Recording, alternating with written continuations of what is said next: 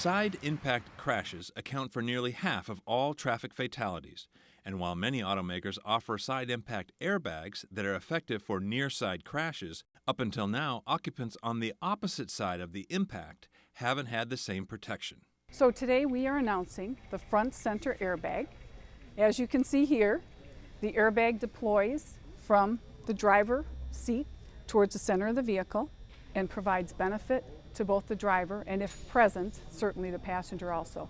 General Motors says that the new airbag should reduce severe injuries and fatalities to the occupants on the non-struck side of the vehicle, where, according to the National Highway Traffic Safety Administration, nearly 30% of fatalities in side impacts occur. Safety sells, and car buyers are looking for safety. If they learn that that type of airbag could make the difference between their surviving a crash, their child surviving a crash, that's where it becomes important. In addition to the front center airbag, we have a number of additional safety features in the event of a side crash. So, for example, the head curtain side airbag deploys. The outboard seat airbag deploys.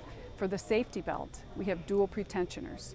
All of these features provide a comprehensive restraint system.